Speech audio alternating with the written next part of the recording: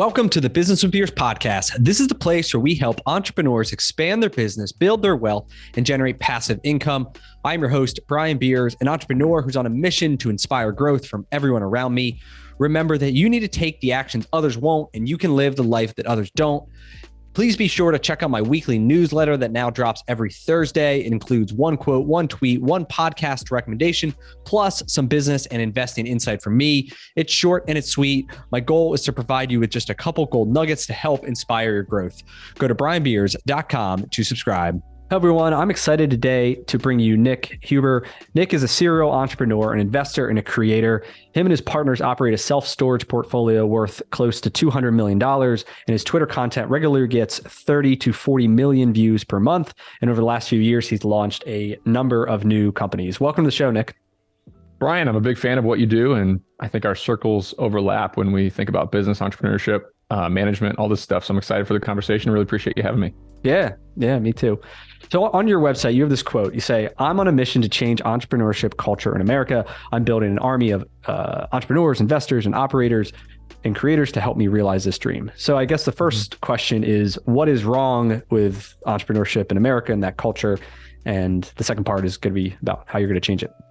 Yeah, I think in any area, of culture, there's the loud minority that have something interesting to say and a kind of a sexy story that really catches headlines and makes people dream big.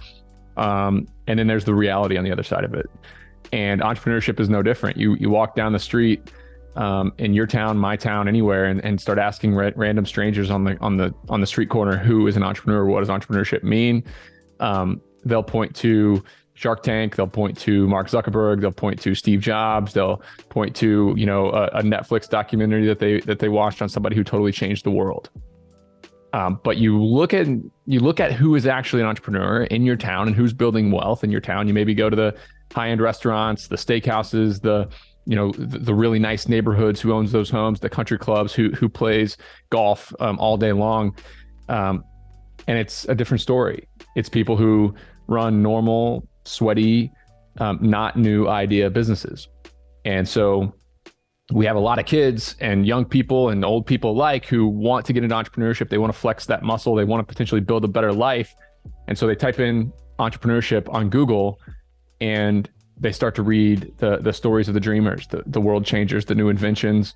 And frankly, that's not very approachable for most people. You have to have a network. You have to have a ton of capital. You have to have an insane skill set. You have to be the top 1% of the top 1% to make it. And so I'm on a mission to show people that, hey, there's a lot of average Joes who've gotten rich in entrepreneurship, and that you don't have to be that smart. You don't have to be that good. Yeah, you got to work hard. Yeah, you got to make good decisions. You got to, maybe be an above average human being, but you don't have to be Superman or Elon Musk or Steve Jobs. Yep. Yeah, that's well said. And that's a lot of what's in my world too. I mean, we're in automotive, and I help people get into franchises, and even franchises, like, you're not reinventing the wheel. You're just like painting a house, cleaning a house, replacing a roof, like cleaning a drain, like whatever it is. A lot of things that I focus on are, in that realm, and it's nothing new. It's just going out there and just doing a great job and hiring people and creating jobs. And a lot of it's just like picking up the phone. Like it's pretty, the bar is pretty low. I even talked about with my guys, we pick up the phones, right? We record all our calls that are inbound, and like we talk to our competitors, and like everyone's terrible. And so our goal is just to be like the tallest midget, right? It's like to not be the worst is the goal. And like, that is the bar that is set. And so life is beautiful because you can pick who you compete against. Yeah. And what you can pick what game you want to play and what mountain you want to climb. And most entrepreneurs, they're all excited and they look up at the tallest mountain, the stiffest competition, and they say, I want to climb that. When in reality, they're kind of like picking a fight with LeBron James on a basketball court. And that's not something I like to do. Yep. Versus you find these other ones that are like low, highly fragmented, right? There's lots of different players. Like, they're usually unsophisticated, where especially these low barrier to entry ones, anybody can start it up, right? And so then the ability to capture that, like, doesn't take a ton of work. I was in an entrepreneurship class in undergrad, and we sat in a room and we had 20 something kids in this class, and we all had wide-eyed, and we were all wide-eyed and had no idea, what we were doing in there. And we had this competition where everybody think of a business idea, and we're going to go up in the front of the class, and for 30 seconds, we're going to pitch this business idea. And in the rest of the semester, we're going to work on this business idea. I think this is the structure of every single entrepreneurship class ever made in the United States. Well, I listened and I listened and I listened, and I was like number 18 on the list, and all 17 in front of me were new apps and things that could be done on a smartphone and scaled up and make your life way easier. Like, this app's going to tell you exactly the moment you need to leave for the airport to walk right on your plane. This app is going to be the app that scans the inside of your refrigerator and tells you, what food habits you have and starts sending that stuff automatically to your house. All this wild stuff. I came up and I gave a pitch of a pickup and delivery moving company, basically, because, hey, we live in a college town. All these college kids are going to go home. We'll show up in a truck and pick it up, and we'll take it back. And as the semester wore on, the professors just did not take too kindly to the fact that my business idea was similar to 25 other businesses that already operated. Mm-hmm. Hey, Nick, what's your moat? Nick, what are you going to do differently? Nick, how are you going to scale this company? This is not scalable. How are you going to grow it? If you raised money, what would you do with it? And they kept asking me, what's your moat? What's your moat? Which I guess in entrepreneurship, that's a term for a castle with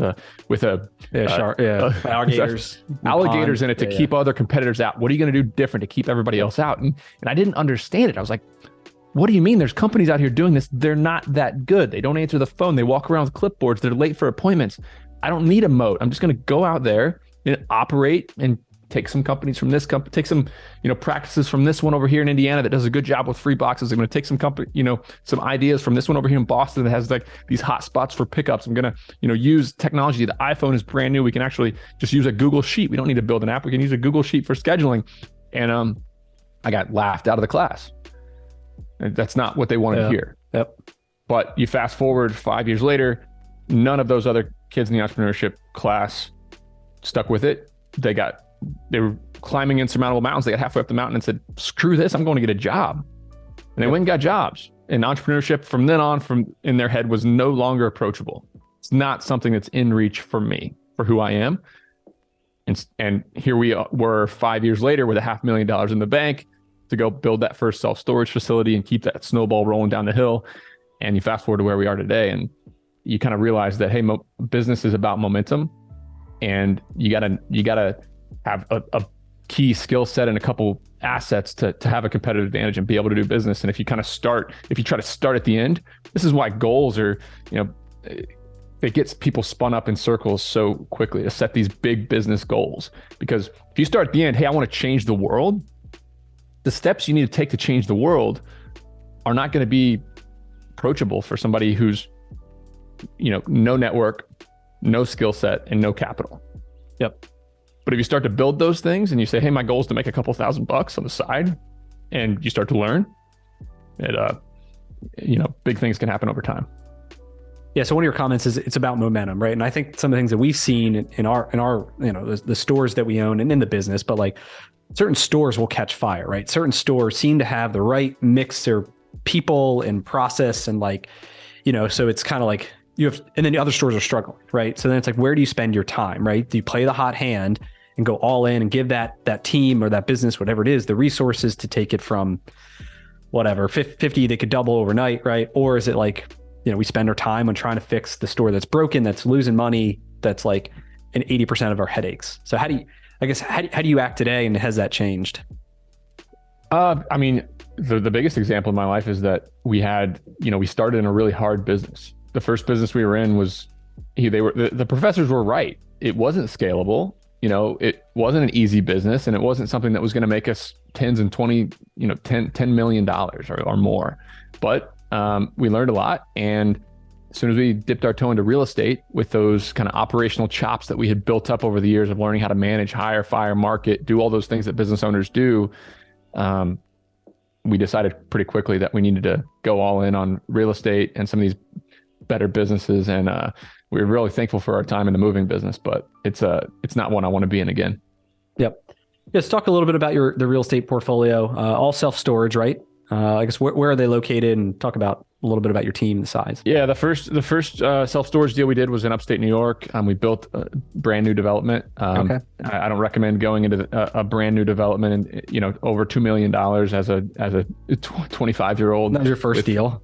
It was our first deal. Okay. We went well over budget, and it took longer to complete than we thought it was going to take to complete. But once we got it opened, our operational ability shined, and we started to rent units, and it has done very, very well for us. We still own that building. It's worth about 4 times more than what we paid to build it. And here we are. And we realized pretty quickly that also development takes a really long time. You can make a ton of money, but it's going to be 5 to 7 years before you see any of it. So we might as well buy some storage facilities and operate them better. So 2017, we got that first building opened. 2018, we bought the building across the street, added it to the portfolio. 2019, we bought 3 more small deals on our own with our own capital. And then 2020, obviously took a couple months off at the beginning, closed 3 deals at the end of the year with some new sources of capital that I had found through social media, some people that I had met. And then 2021, the portfolio kind of went nuts. We bought $50 million worth of storage, 38 properties through Georgia, Florida, Virginia, Tennessee, Indiana, Illinois, Ohio, Pennsylvania, all up through the Northeast as well. So Connecticut, New York. So here we are today with 50 or 63 properties. Okay. And so very, very fragmented in location all over Northeast, South, Midwest. So what does ownership of that look like? Do you need people traveling to these places on a semi-regular basis, or how does kind of that fragmented scattered? Yeah, what we learned in our first business that we could operate pretty, difficult business plans remotely because we had no choice. When we were doing student storage, we were operating in Champaign, Illinois at the same time we were operating in State College, Pennsylvania at the same time we were operating in Philadelphia at the same time we were operating in Boston. And we did it with part-time employees, moving trucks, warehouses, a ton of moving parts. Yeah. But when it came to self-storage facility where, hey, keep this property clean, answer the phone, and rent units, it's a little bit easier than driving box trucks around town. So we got comfortable with operations. We never had an on-site manager. We built a remote team from the beginning. I'm remote. Our 45 employees are all remote. They're all through the world, actually.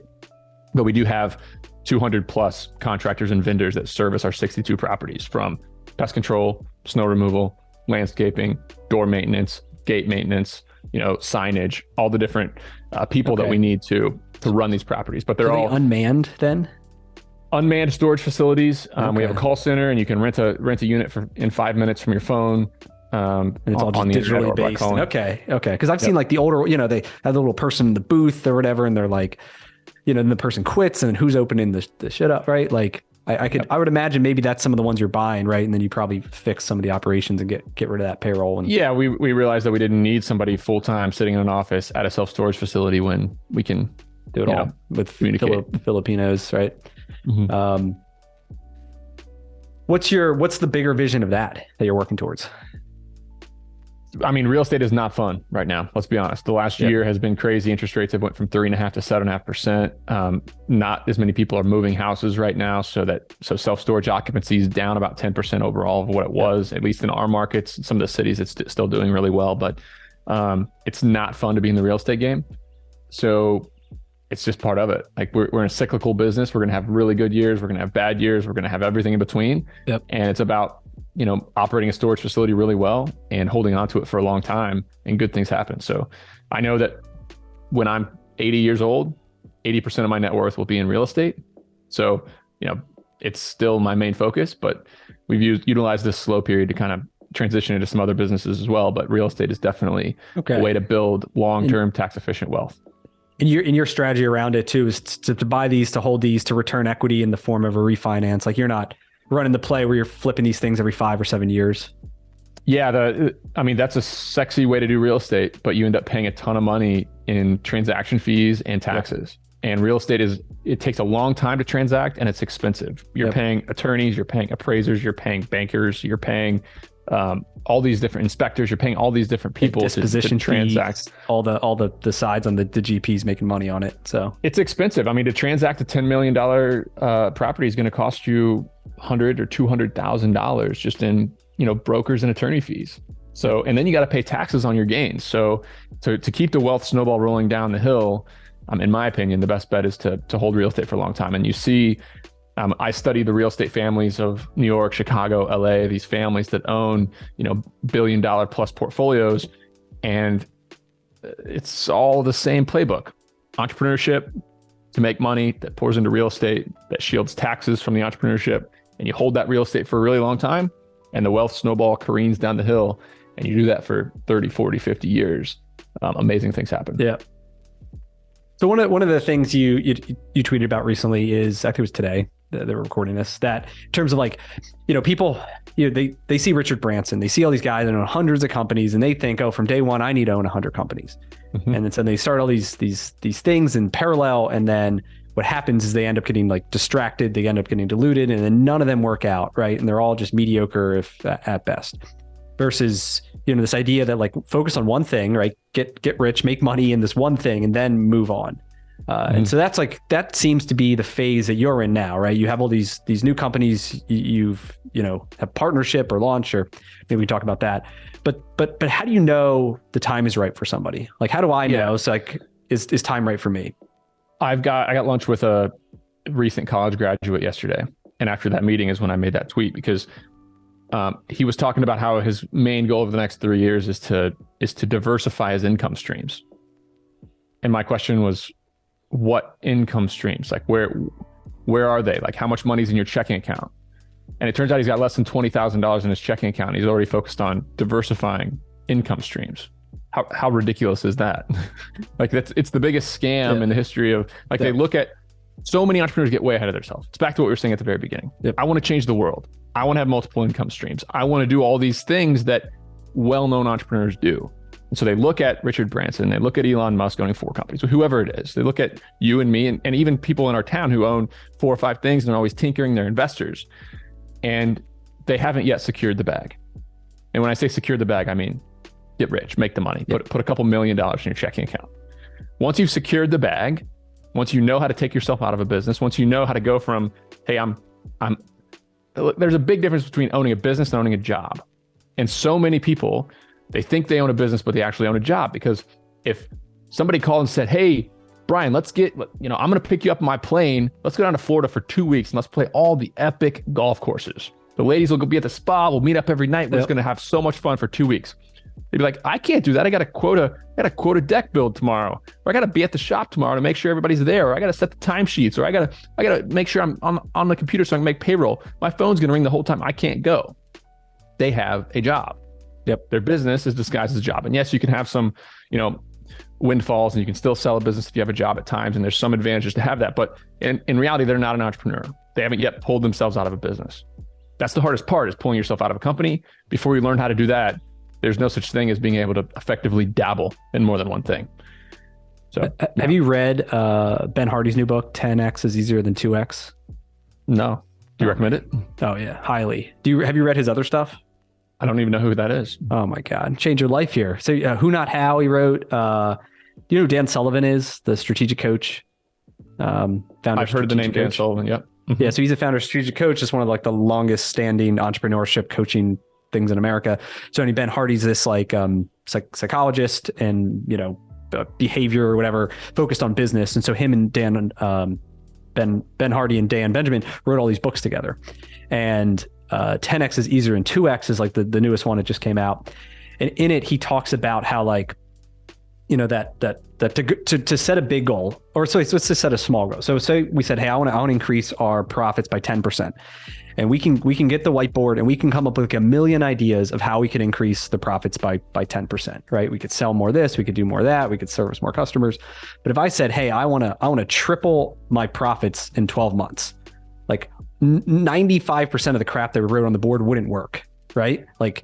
You would only have 2 things that you could do that could actually double or triple, whatever this massive goal is. So then your focus then is just on 2 or 3 things. So now instead of trying juggle 10 or 20 different things, it's actually easier because you just have these two things you got to focus on. And then you're all in on those two things, which should have massive leverage to increase it. And so that whole book is about what you just talked about, which is that it's much easier to do it. And then he has this other book called Who Not How. And the idea is like, leverage other people, right? So instead of making a to-do list, you make a to-who list, like who can help me do this? And that, we as entrepreneurs want to do everything ourselves because we think like, oh, that's what an entrepreneur does. Like they're sweaty, they do the work.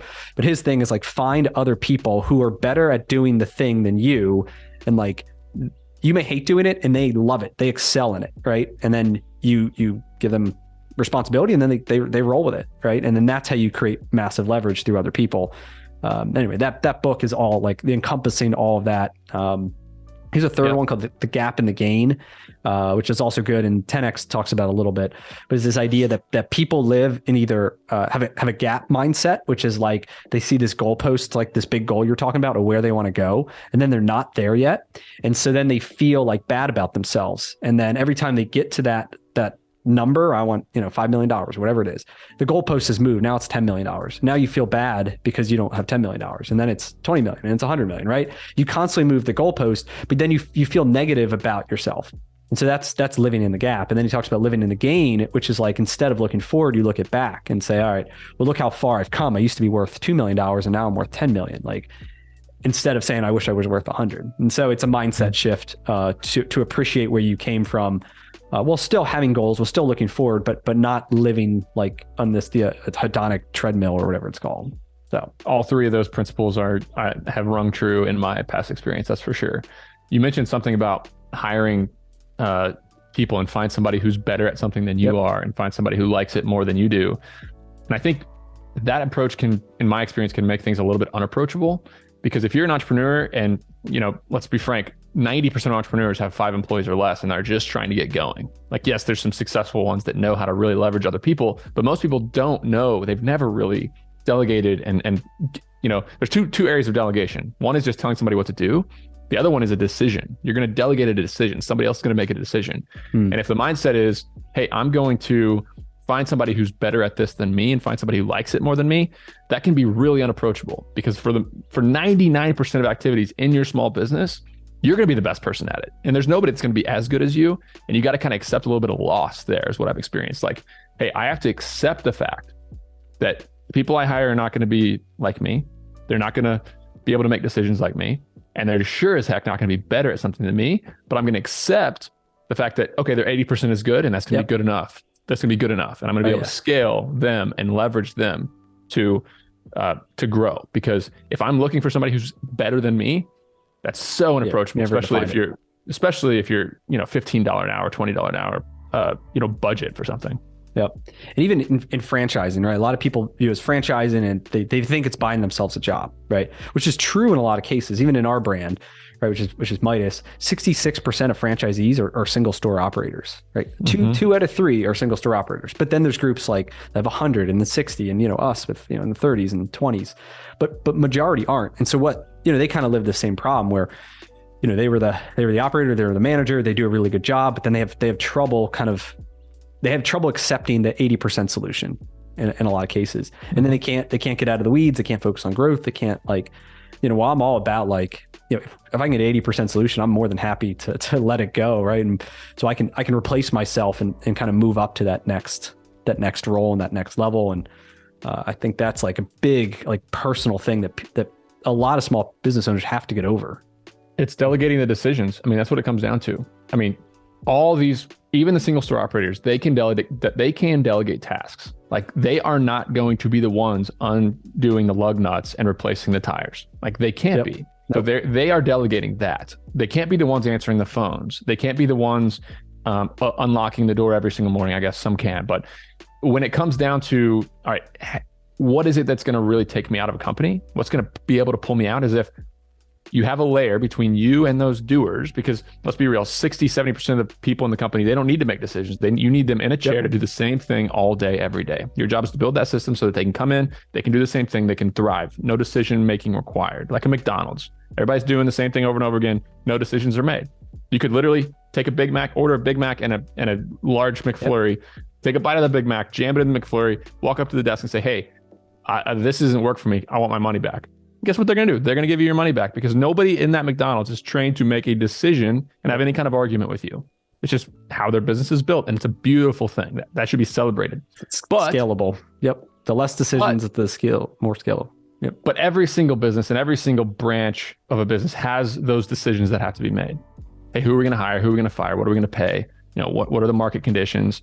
What are we going to do when a customer argues? What are we going to do about pricing over here? We got this problem inside of the shop. And when you're in a Midas shop, the problems can be significant. Yep. And if you can't delegate the decisions, or you don't feel comfortable delegating the decisions, you'll never be able to pull yourself out of a business. But as soon as you empower a couple of your employees to start making these decisions, you're watching them, how they do it, you're starting to gain more trust in their ability to make those decisions, then you understand true leverage, when you can go on vacation for a month and your business goes and it thrives. So some of the stuff that you're starting up now, you've got the cost seg, you've got the insurance, you've got the talent, you've got the recruiting, you've got the brokerage. I know there's a few more here. How many of these are you having the idea saying, hey, I'm spending a bunch of money on this thing, I'm going to go find a partner to do it? Or people coming to you and say, hey, Nick, like I've got this really good idea. And then they want you to kind of help promote it and use your leverage. I'm the founding partner with an operator in almost all these companies. Okay. I'm the one who says, hey, this is a good business. This is a good business plan. Let's go after it. I'm going to find a partner to own somewhere between 5 and 50% of this business to come in here and be my operator. And it's been about like my goals are to build a foundational group of businesses that I can use as a competitive advantage to fuel my other companies. Meaning, okay, I have my web development, my landing page agency where I can build an amazing piece of online real estate that can turn visitors into customers. Yep. Okay, that's Web Run Labs. Then I got my pay-per-click performance marketing agency where they're going to run all the digital ads across all my brands, including my personal brand, all my individual companies that I invest in, buy later, whatever it might be. Then you got search engine optimization. I need a link building abilities where I can, rank locally and, across the internet in all these other companies. And it just goes on from there. We need to be able to recruit. A big, huge competitive advantage for me is that I hire a ton of Colombian, Latin American, and Filipino talent. Support Shepherd allows me to go to them and get that talent hired and vetted and, in my businesses really quick. Then I need American talent. I need operators. I need, decision makers. And that's where RecruitJet comes in. So the snowball of, building this group of companies that can accelerate my businesses is a goal. And also I have millions of eyeballs a month on the internet, and a lot of other small business owners need those same things as well. Yep. So then how do you, on a personal level, decide like your priorities and spending your time between these 8 different things or, whatever it is, especially if it's, someone only has, if you own 95% of it, right, and they have 5, I think you probably need a little bit more time than the ones that are 50-50. Well, I have employees at my holding company level. So I have a team of 6 people that help me run all 10 of these companies. So they're the ones who are setting up the operations. Because when you start a company, you need a website, you need a customer, management platform to manage your customers in the back end. You need your communication methods. You need to be able to take payment. You need to be able to sign contracts. You need to have a bank account. You need all these same infrastructure tools across all these businesses. So I got an employee that helps me do that. I have a personal brand team of 3 people who are helping me get all this content out that's fueling all the businesses, growing the email list, allowing me to promote and find more operators and find more customers. And the flywheel just continues to roll. But yeah, I'm grinding right now. But that's an admin side. I mean like more the strategic, like, the vision of where it's going, like setting the holding the team accountable to make sure you get results. Like, do you follow EOS or some sort of like system in terms of communication, or is it, in terms of like scaling it, besides the admin, in terms of actually growing it? Yeah, the operators that I empower at these businesses are not slouches. They're not people who come to me with questions and giving me tasks. Like, they are making the decisions. Yes, they're making the decisions. They're making a lot of the decisions in the businesses. Yes, they're interviewing the hires. They're owning the hires. I don't have any direct reports in any of these companies. So you set the vision. You're finding these guys. They have equity, either skin in the game or whatever. Mm-hmm. Maybe it's vested, and then but they have a ton of decision-making power. They all know how to build teams. They've all built teams in the past. I'm confident that they can build teams, and they are making the decisions on who they're hiring, what that person's doing. And yes, guidance, meetings with me, of course, absolutely. But for the most part, I don't have any direct reports aside from my operators in these companies. Yep. Okay. Yeah. And that's what, like, we have this vision to do something similar in the franchise space. It says, hey, I'm looking at a ton of franchises right all the time. I kind of have the ones that I like, the leadership teams, and us thinking, hey, can we do something similar? We find these operators, we go and try to build in different cities, right? Because right now, like, it's all local because, like, we're involved. But, like, if it's, if our guy happens to live in Tampa and, like, we really good franchise opportunities in Tampa and he can run with it, and then we can run kind of the back office here, because we are similar to you. We leverage, we have a team of 9 Filipino women that run our entire back office for us. We only have 2 people in the States. And anyway, so we have, like, all those systems down, and then it's like, can we take these same principles that we've grew this one thing and can we grow others? But it's really, like, my concern of my time being diluted and how much am I going to have to invest to make sure these things succeed? But a lot of it, like you said, comes down to the leader in that, and his ability, and I guess us not bottlenecking him. Yeah.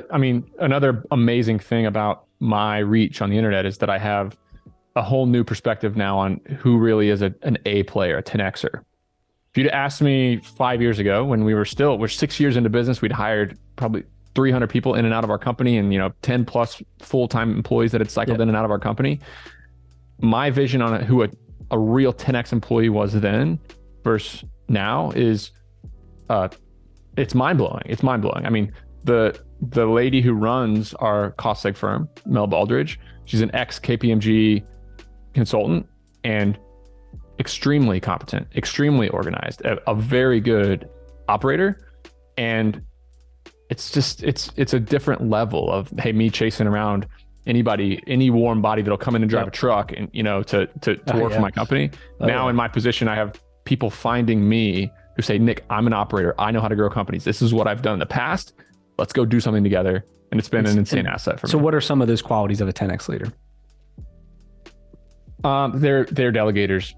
I mean, period. Because even at the smaller scale of some of these businesses that are 6 months old and have 7 employees, if my operator's in the weeds, delivering for clients, doing customer service, the business cannot grow. The business cannot grow. I mean, my goal as a media content producer is to pour customers in as fast as my operator can potentially handle them.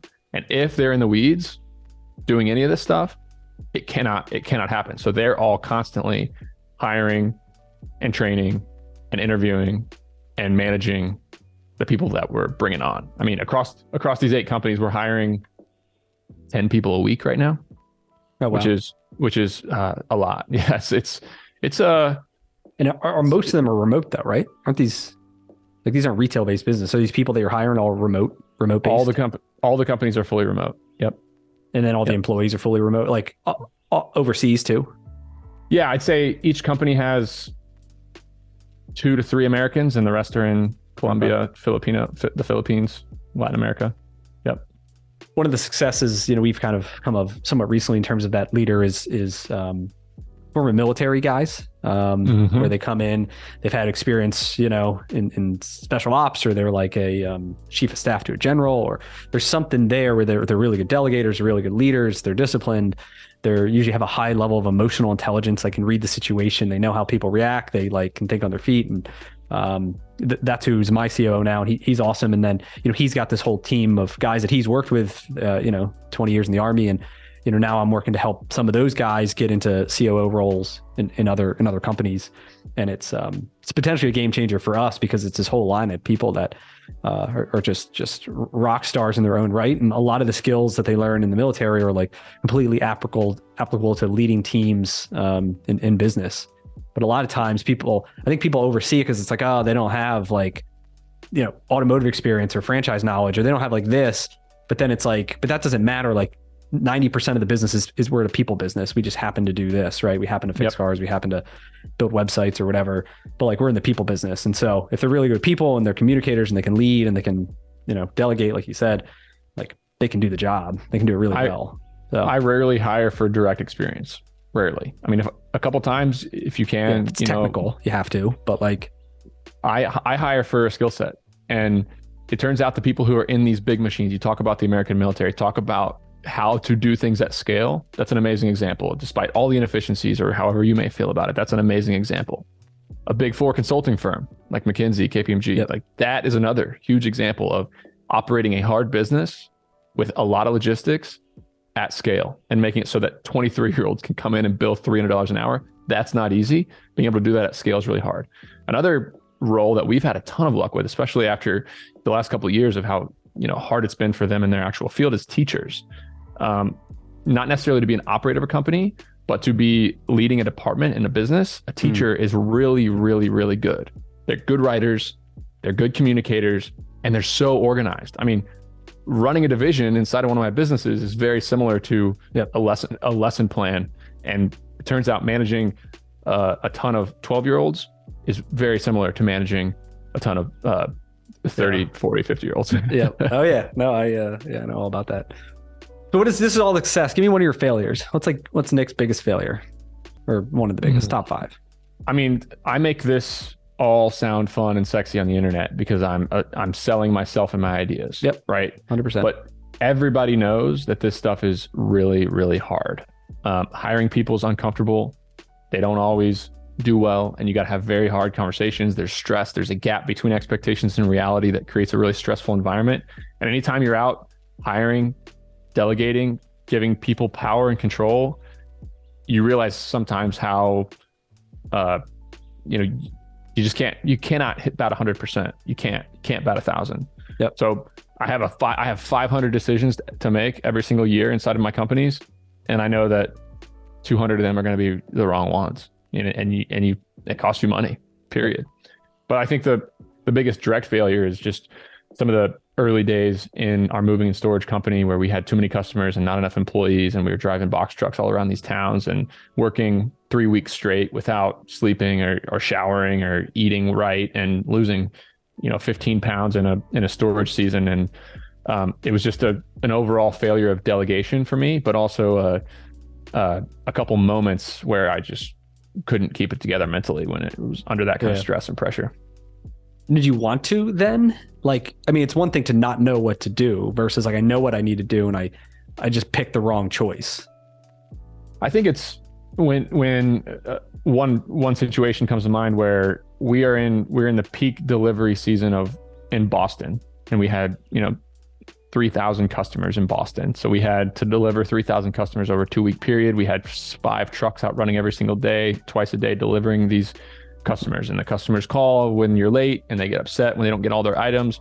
Our warehouse was not organized. Our workforce was not big enough or competent enough to actually get the job done, period. So we're halfway through and it's starting to melt down. I haven't slept in a long time. My employees are now, the good employees that were competent enough are giving up because they can't work these hours either. And I'm sitting on the street saying, okay, I know what I need to do, but I don't think it can be done. What I need to do cannot be done. So I'm just going to suck it up and do what I can do and suffer for the next 2 weeks. So at that time, when you're having that breakdown on the side of the road, you realize that, hey, there's no easy way out of this. I just got to suffer through it, basically. And it's not a fun situation to be in. Yep. No, that's great. And yeah, I think like you said, it may sound simple, it may sound easy, like what we talk about, but it takes a lot of work, especially to get these businesses off the ground, whether it's independent or franchise, doesn't matter. It takes a ton of acceleration to get that plane off the ground. I think people think it's easy and I'll just hire somebody and delegate or whatever, but it takes work, it takes failure, it takes, but then that's who gets the rewards, right? The guy. There's nothing tougher than 3 to 6 months into a new business. The first 3 months are fun because you're making massive gains. Oh wow, there's a website here now. Oh wow, our first employees are showing up. Oh wow, look at all this new stuff that's getting built. 3 months in, the problems arise, and you realize that, oh my God, I got to make sure this whole thing can really operate well. And that's the hard part. It's pretty funny. We have this chart my COO does with new managers, but it looks like they start, it's this upward circle here, right? It goes up, that's the honeymoon phase, and then it goes down and they're in the doldrums, and then it goes up again. And it's they would get this huge bump when they start because it's new, it's fun, right? And then it's oh shit, this is harder than I thought it was. And then we're down the new manager levels. And it's a question of, can they get out of that doldrum? Like, can we get them back? And then when they do, they're like up and off into the races and we're cruising. But some of them don't. Some of them get stuck in that rut and they can't get out of it. And then and it's a self thing where they keep trying harder and harder, but they can't make progress. And then they feel worse and worse about themselves. And then we have this really good person that we then lose for performance, like mental, like they're like messed up, right? And it's the same thing when you own a business. It's kind of funny. And so, our job now is to tell them we're going to promote you and this is what's going to happen. The first 3 months are going to go great, and then it's going to get really hard, and then you're going to work even harder to get out of it. And then we track it, and then we're trying to proactively help them. So on that downward spike, as soon as we sense it, then we're getting in there, leadership's getting in there, whatever we got to do to help them get back up. But I think to be proactive is a lot better strategy than this reactive and not knowing what's going to happen. So. Over communicating and really managing expectations with your team is a critical part of it. Early on in my career, when I was hiring or selling anything, I was getting on a call or a meeting and I would pump up all the positives. I thought that's what you did in a sales role. It's, hey, this is going to go great. This is going to go amazing. You should come with us because of X, Y, Z. You should come to work for me because I can do this, that, and the other. Nowadays, I talk about the negatives so much that the other person ends up kind of selling themselves on it, and the roles reverse. And you insert a relationship with somebody. You'll scare half off, and that's good.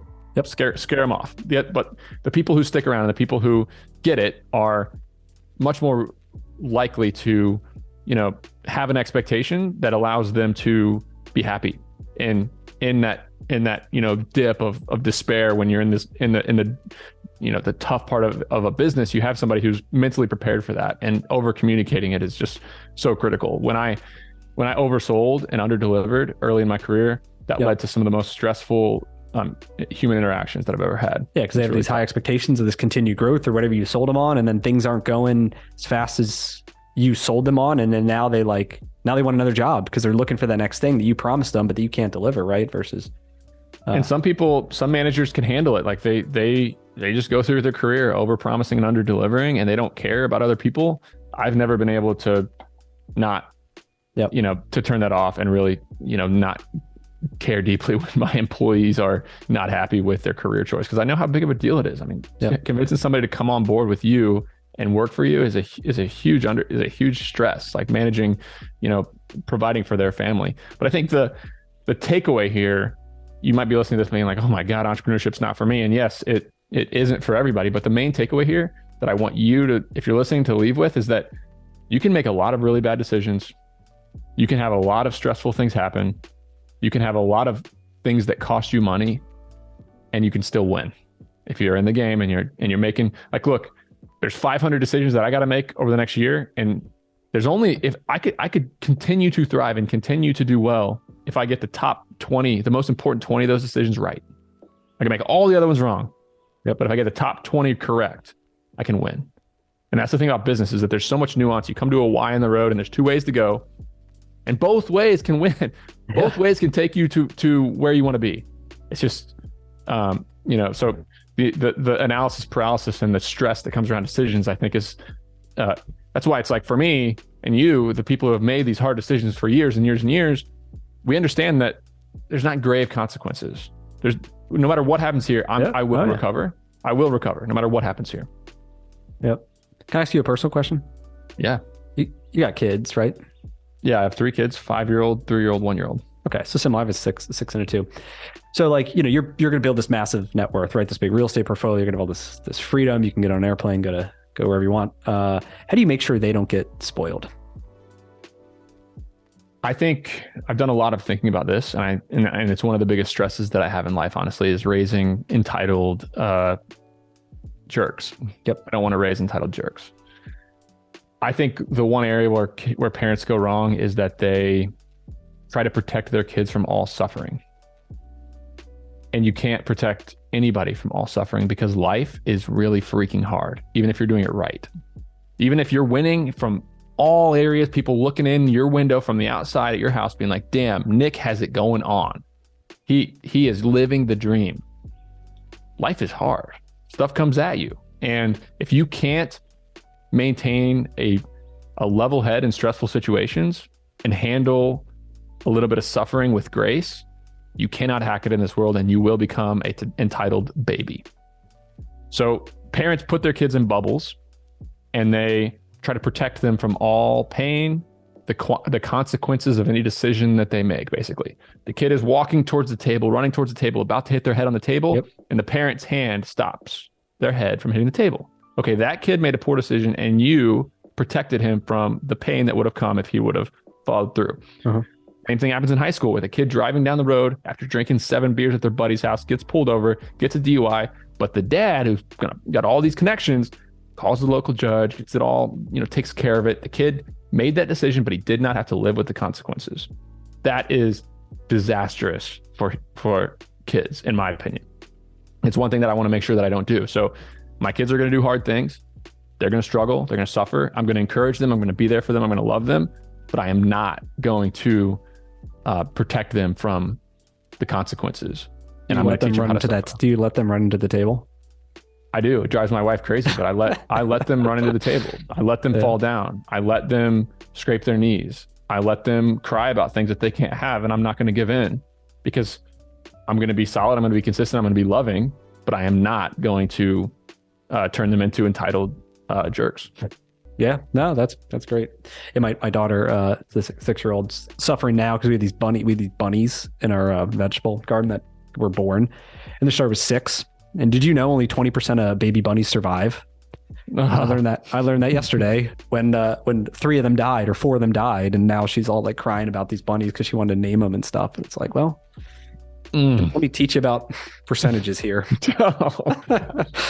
We'd be lucky if one of them survives. But anyway, how do you think about it? What advice do you have for me? I think that's how do you think about these things? I same thing. It's like I want to encourage, entrepreneurship. I want her to encourage how to what does it look like to start a business? What does it look like to hire people, to have other people depend on you? We have 200 employees, right? A lot of the stuff I try to entice there's that. In terms of we signed up for Acton Academy.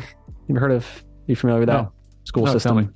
So it's called Acton Academy. It's like a self-paced learner thing. It's kind of like Montessori mixed with like homeschooling. And it's, I have a bunch of entrepreneur friends that own these. They're like franchises. But the idea is that the kid, there's no teachers. So it's a kid in a classroom, similar age group, and there's a guide who's the adult. But the idea is that they have these, they learn by having discussions and sharing their opinions openly. And they're not reading textbooks and teaching them about racism or whatever. They will have an exercise in the classroom where everybody who has blue eyes gets extra stuff and everybody who has brown eyes has to wear a band on their arm, and they don't get all that extra stuff. And then they start to see behavior changes, right? Where the blue eyes are, treating now the brown eyes differently than they did a couple days ago. And then how that makes them feel, right? And it doesn't make them feel great. And so the idea is have them experience things more than just reading about it.